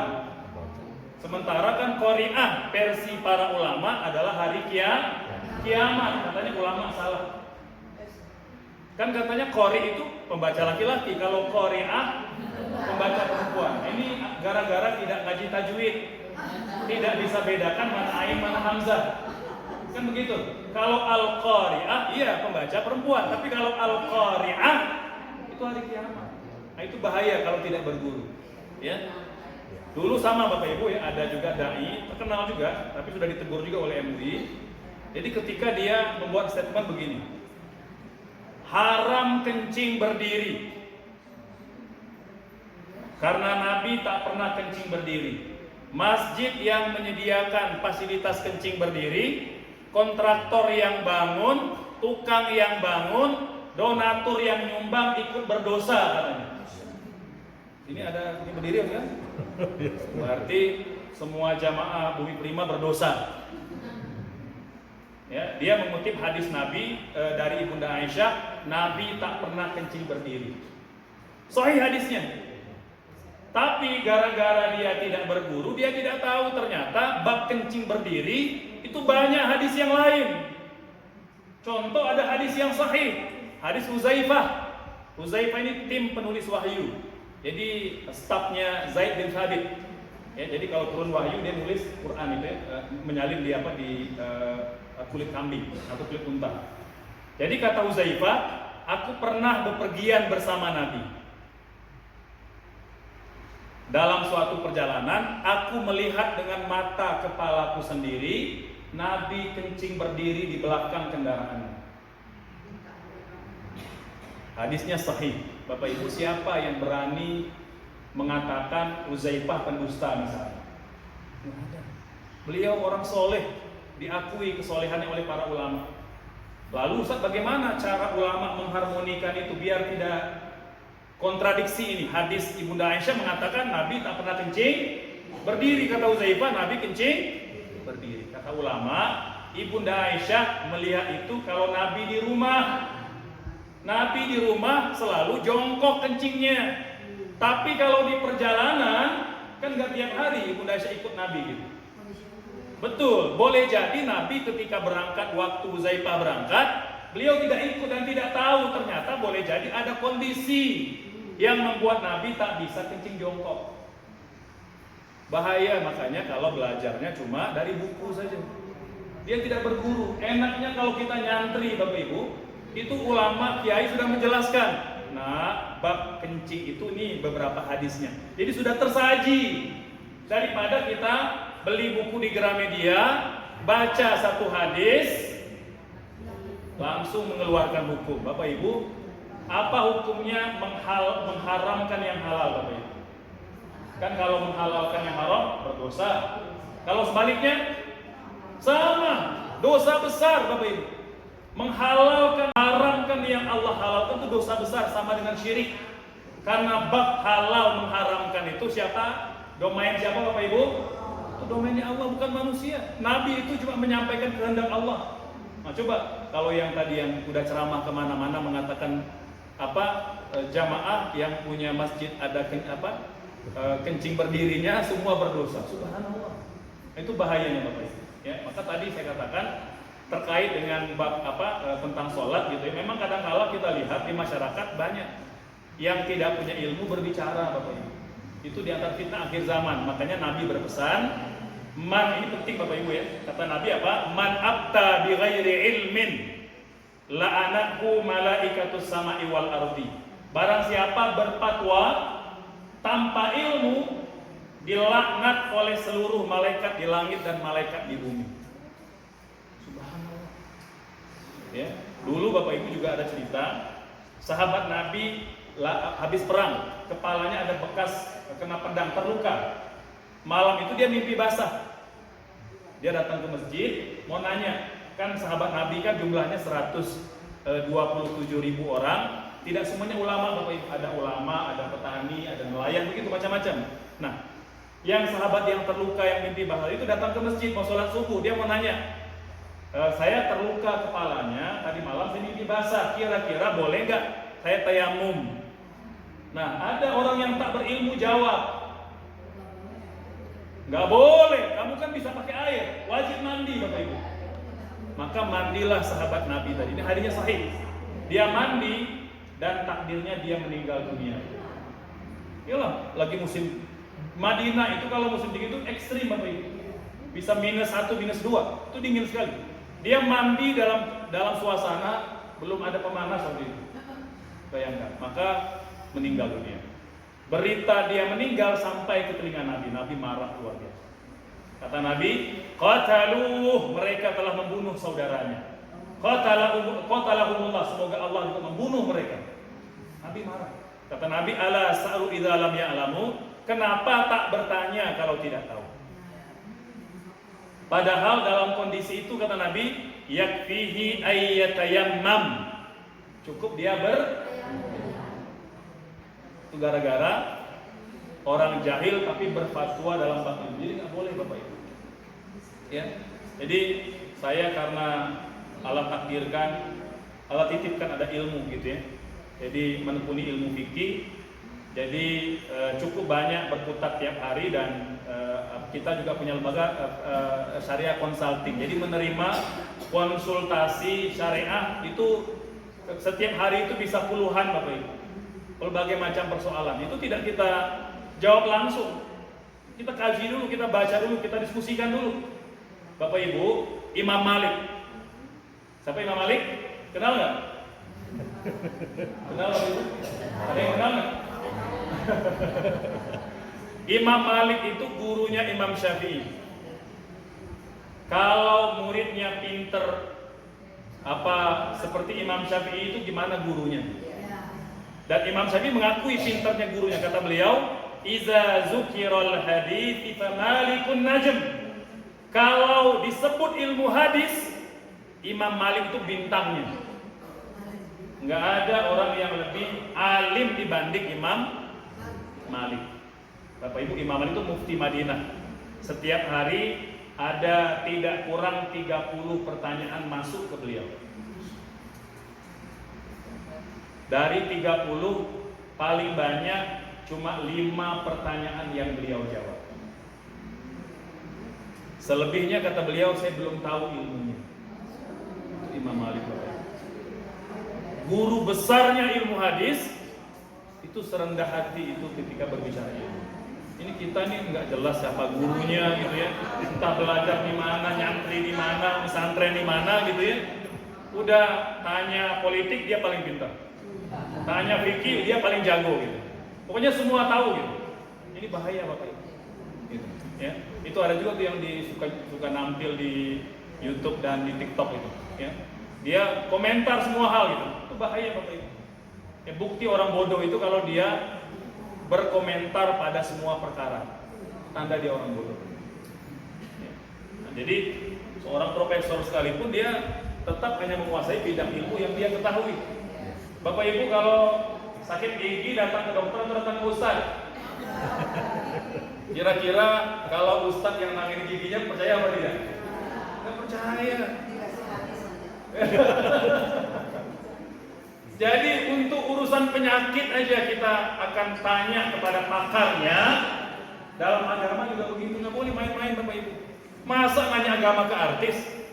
Nggak bisa, gitu ya. Artis kan dia ngejar viewersnya aja gitu, ya. Ngejar followernya aja gitu ya. Jadi, nah itu dilarang sekalian. Nah, kemudian mana Ibu masih nyambung dengan yang tadi? Iya.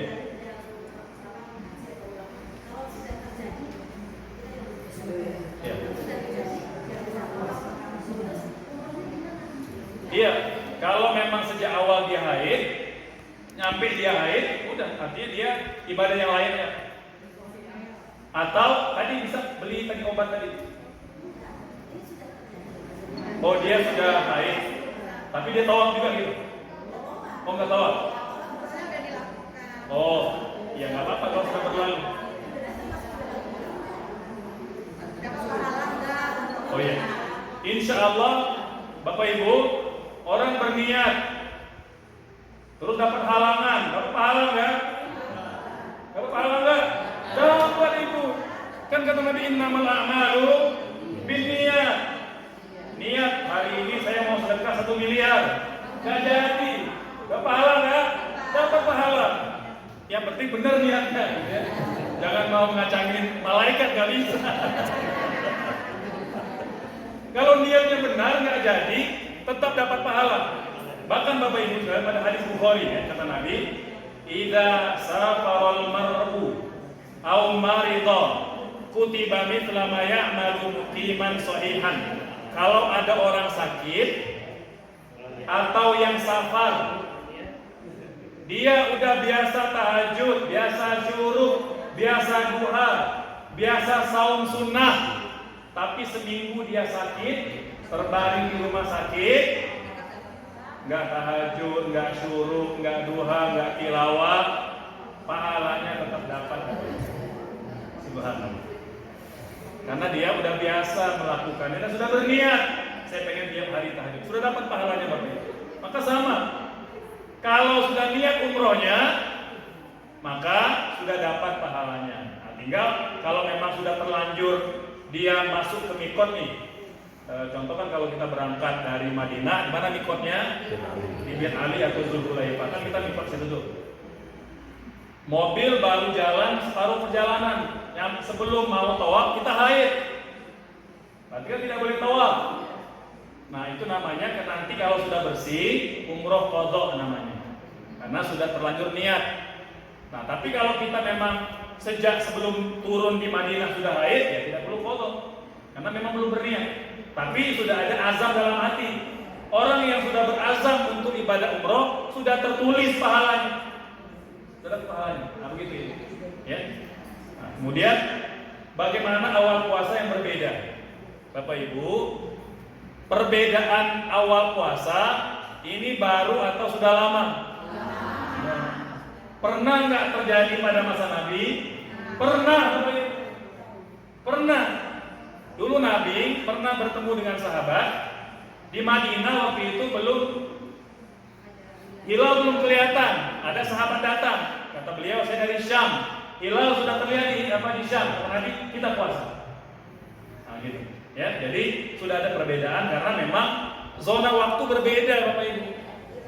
Coba siapa yang pernah berangkat ke luar negeri, ke tanah suci misalnya, berangkatnya pagi dini hari.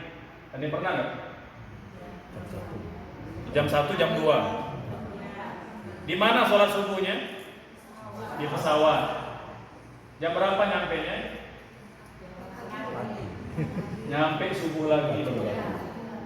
Karena zona waktunya berbeda. Mereka lebih lambat 4-5 jam.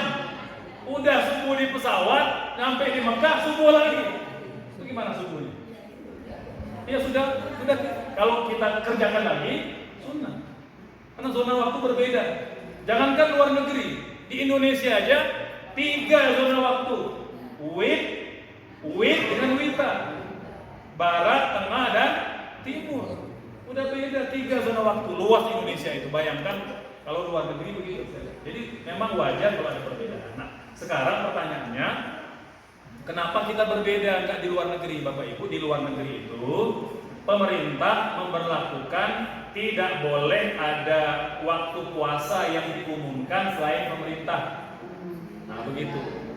Indonesia bisa juga sebenarnya, cuma kan pemerintah kita sejak dulu tidak. Sejak masa Soekarno kan begitu. Silakan masyarakat ikut pemerintah boleh, sendiri juga boleh. Tidak dipidana. Beda kalau Malaysia, saya kan lama di Malaysia. Orang kalau puasa beda dengan pemerintah boleh asal diam-diam. Kalau diumumkan siap-siap penjara Bapak Ibu. Di Indonesia boro-boro di penjara pakai konferensi pers lagi. Kami umumkan hari ini kami sudah berpuasa. Pemerintah besok, karena tidak dilarang. Dan itu hak pemerintah.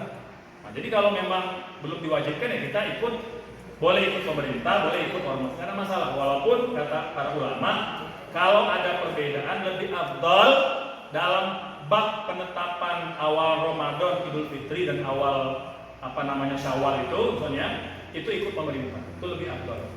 Tapi kalau Bapak Ibu tetap ikut ormas boleh, nggak berdosa, karena memang tidak dilarang oleh pemerintah. Nah begitu. Ya. Masih ada dari bawah yang mau nanya lagi? Ada? Nah, ini mendominasi oleh kaum ibu nih. Kalau sebelum saya ke ibu lagi, saya tanya nih ke bapak, ada yang mau nanya nggak? Atau sudah diwakili oleh ibu ya? Sebentar ya, sebelum ke ibu saya berikan ke bapak dulu. Nanti baru ke ibu. Mangga. Kalau setelah subuh, setelah ketiduran kan, misalkan bangun 8, gimana Ustaz? Oke. Bapak Ibu, siapa yang pernah kesiangan subuh? Nggak ada yang ke subuh? Masya Allah. Saya mengaku pernah kesiangan subuh. Bapak Ibu, Nabi Muhammad pernah kesiangan subuh. Bahkan Nabi pernah kesiangan subuh bulan Ramadan dalam kondisi junub.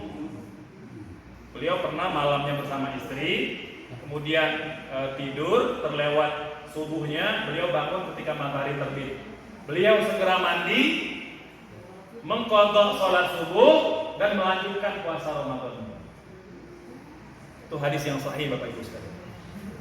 Jadi Bapak kalau kesiangan ya tinggal qadha subuhnya. Ya, jadi jangan dilewatkan ya Bapak Ibu. Kata Rasul, man nasiya an salat, hadis Bukhari, man nasiya an salatin falyusalliha idza dzakaraha.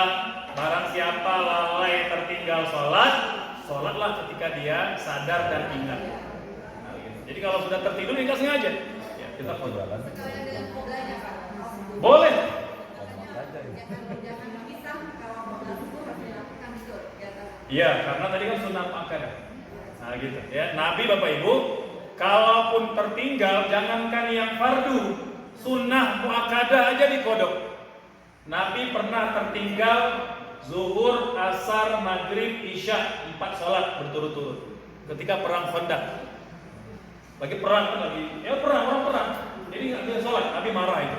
Kata Allah, kata beliau, semoga Allah membinasakan musyrikin Mekah karena mereka kami tidak sholat 4 sholat tertinggal. Menjelang subuh, Nabi perintahkan Bilal azan untuk sholat dan 4 kali iqomah. Masing-masing iqomah 1 untuk zuhur, begitu salam, berdiri lagi iqomah untuk asar, kemudian salam, iqomah untuk maghrib, begitu salam, iqomah untuk isya. Nah, jadi tetap disarankan yang muakkad tidak ditinggalkan. Nah, begitu ya. Bapak Ibu, pahala azan iqomah itu luar biasa. Kata Nabi, kalau ada orang berkumandang azan, memandangkan azan, sejauh mana suara itu terdengar oleh malaikat, oleh jin, bahkan oleh makhluk yang tak bernyawa, gunung-gunung, batu-batu, tanah, pasir, pohon, awan, langit, udara, mendengar suara azan itu semuanya memohonkan ampun untuk yang memandangkan azan. Ada sahabat nanya, ya Rasulullah, enak banget muazin dapat pahala sebegitu. Bagaimana kita mau dapat pahala yang sama? Kan muazin gak bisa rame-rame. Kata Nabi, kalau mau dapat pahala yang sama, jawab azannya. Nah, begitu. Makanya Bapak Ibu jangan buru-buru sholat. Walaupun boleh nggak kita sholat ketika azan? Ustaz, ini travel udah mau jemput. Azan baru masuk. Kalau saya dengar azan dulu, nggak sempat sholat. Boleh nggak sholat ketika azan? Boleh. Tapi kalau ada waktu, jawab azannya. Nah begitu, ya. Nah, jadi kalau untuk azan, suara dikeraskan pakai mic, laki-laki aja, ya ibu nggak usah. Gitu ya. Nah, tapi kalau mau iqomah boleh. Iqomah itu boleh untuk perempuan, itu pun tidak boleh pakai mic juga, untuk didengar oleh wanita aja. Nah, jadi kalau ibu-ibu bisa ada pengajian gitu ya, muslimah semua mau sholat misalnya sholat zuhur kan, imamnya perempuan, sunnah iqomah, satu orang perempuan, Allahu Akbar, Allahu Akbar. Nah, tapi jangan pakai mic gitu. Untuk iqomah aja, gitu ya. Baik.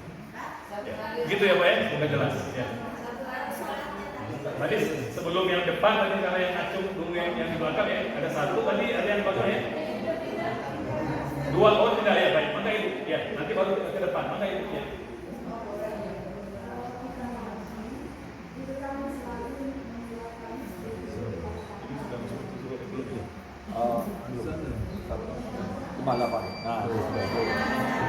Bagaimana saya serahkan kepada BKN yang memutuskan ini lanjut atau kita tunda 5 menit saja ya. baik 5 menit ya. 5 menit saja Sebelum azan ya. Sebelum azan. Ya, baik maka ibu cepat aja. Oke.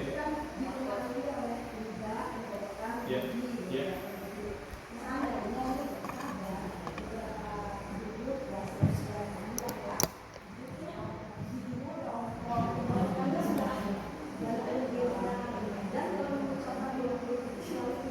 Baik, ya. Apa hukumnya gitu ya? Oke, baik. Ya, baik. Hukumnya ya. Oke, tambah. Itu aja Ibu. Itu aja. Oh.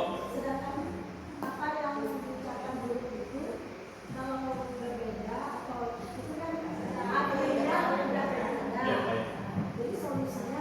Baik, ya. Maka Ibu sana tadi dua. Oh sama ya? Satu Ibu mana ya?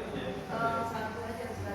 Kami pernah memahami pembacaan Al-Fatihah itu pas Ghairil Maghdubi. Dia pas imamnya itu membaca Ghairil, apakah memang ada riwayatnya? Ghair ya. Ghair ya. Baik. Yang pertama, bagaimana kalau membaca itu kita punya keterbatasan. Bapak Ibu pernah lihat orang Cina baca? Orang Cina baca Quran pernah baca? Pernah dengar? Gimana bacanya? Banyak yang ke hidung suaranya. Gitu ya. Jangankan orang Cina Bapak Ibu, bacaan orang Sumatera beda dengan orang Sunda. Gitu ya. Terutama huruf fa-nya gitu ya. Nah, fitnah. Orang Sumatera sulit membedakan ha dengan ha. Orang Sunda sulit membaca fa dan sulit membedakan mana sin mana shin. Shin semua gitu ya. Assalamualaikum.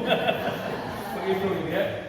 Sama, jadi Bapak Ibu sekalian, kalau kesalahan yang tak disengaja di luar kemampuan kita, bayangkan, mohon maaf, yang sumbing sama nggak bisa baca, yang bisu gimana baca Quran? Nah begitu. Jadi semuanya sekemampuan yang dapat kita baca, insya Allah berpahala selama tidak disengaja. Jangan sengaja disalah-salahkan, itu nggak boleh, berdosa. Jadi membaca Quran disalah-salahkan berdosa. Tapi kalau tidak pasti berbeda artinya, tapi dimaafkan itu. Nah, dimaafkan karena dia tidak mampu, terbatas gitu ya. Tadi yang terakhir tadi ghair ya, betul Ibu. Jadi pelafalan huruf itu ada perbedaan ada setidaknya 7 jenis qiraat. Bahkan huruf